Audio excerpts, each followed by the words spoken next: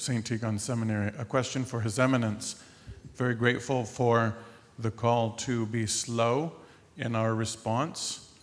The question to be slow in our response to change. However, in the history of mankind, change has been linear, and it seems to me now that change is exponential. Does the Church have a responsibility not only for Christians, but for the evangelization of non-Christians to address change more quickly, because so many from within the Church and outside the Church can perish more quickly without the guidance of the Church? Thank you. Your Eminence, thank you very much, Father, for the question.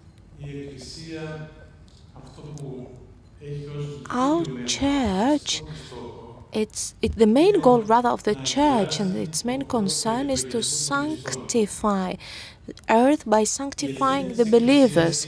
The responsibility of the Church is to promote Jesus Christ in the communities of people.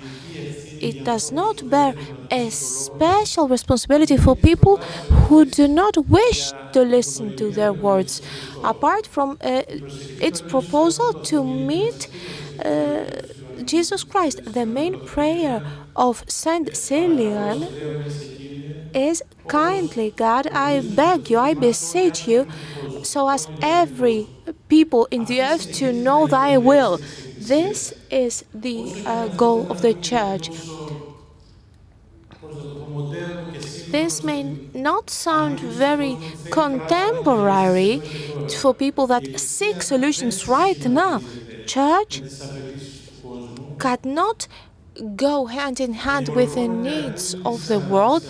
The Church listens to the needs of the world and the people, but Church should avoid to work on specific issues and not just by promoting Jesus Christ. I truly believe that the temptation of the Church would be to work on other issues and not how to bring Jesus in the world.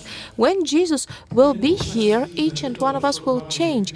This is according to the Apostle Paul, for the presence of Jesus Christ in people, inside people. I don't believe that the Church should make hasty movements. We have our tradition, we have our own way of tackling all those issues, and this is our hope to God, and we want to be centered to the body of Jesus Christ, which is the Church. Then everything becomes anew. I think that His Eminence, the Metropolitan of Nicosia, said that everything can be answered, and to the continuous questions and concern that come up, because people will always ask, no matter how much they will be filled with the Holy Spirit, because the perfection of God will always be a question, something wondrous for people. So Jesus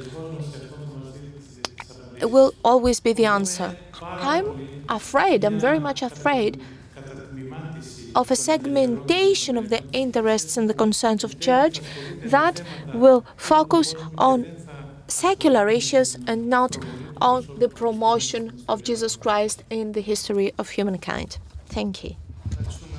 Thank you very much, Your Eminence. Would you like to add anything else? What His Eminence said means that it is not that we do not try to understand the issues in order to have mature answers. I am sure that this was His Eminence also view. This is why we organize this conference. This is why we discuss the issues. We want to understand.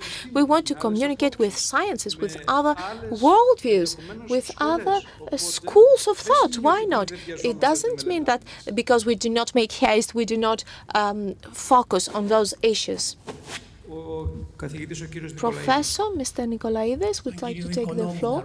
I have a question to Mr. Economou, to Professor Economou.